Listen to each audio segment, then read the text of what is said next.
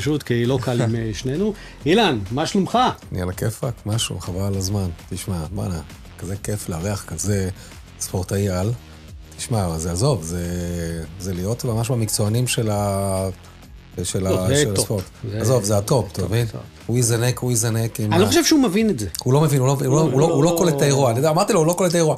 הוא לא קולט את האירוע שבהוואי הוא הולך לזנק עם האליט, אתה מבין? עם הטופ של האליט, אתה מבין? כמה כאלה טופ יש? 45? כמה זה דברים יש? אנחנו נהיה 48 שם. 48, אתה מבין מה אני אומר לך, אתה מבין? סוף כל סוף, זה ישראלי עכשיו, זה פעם ראשונה, שישראלי מצטרף לחבורת האליט הזאת. עזוב, זה כאילו אנחנו בשיא, הגענו לשיא, באמת, זה גולת הכותרת. ודרך אגב, אילן פה, אילן שרקון, עשה את קוזומל ב-2016 נדמה לי, נכון? 2016, כן. כן, 2016. אז הוא יכול לתת לך טיפים דרך אגב. לא יודע אם הטיפים האלה תגיע לטופ 3. אני יכול לדבר על זה, גם הוואי, אבל טיפים אתה יכול לקבל. אני יכול לספר לו גם על הוואי, תשמע, הוא הולך לחוות חוויית חיים שלו. אמרתי לו את זה. איזה וייב מטורף. וייב מטורף, כיף אדיר, ובטח לכאלה ספורטאי עילית, מקבלים אתכם, עוטפים אתכם, חוויה מטורפת, במקום מטורף, שבו כולם מצטרפים בבת אחת למקום כיפי, אתה תהנה, חבל על הזמן.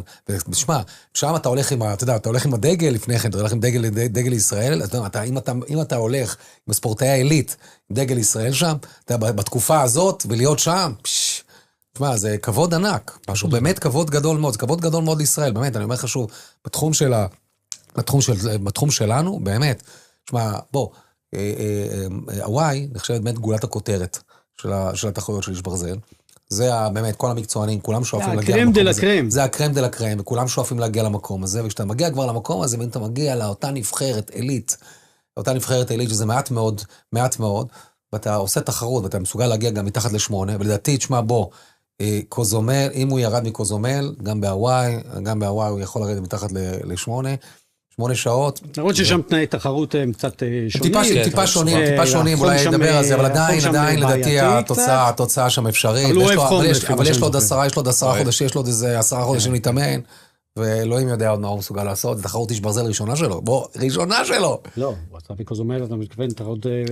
כן, קוזומל הייתה ראשונה. קוזומל, זה אני אומר, הקוזומל, הייתה תחרות ראשונה שלו עם תוצאה כזאת, זה דבר מטורף.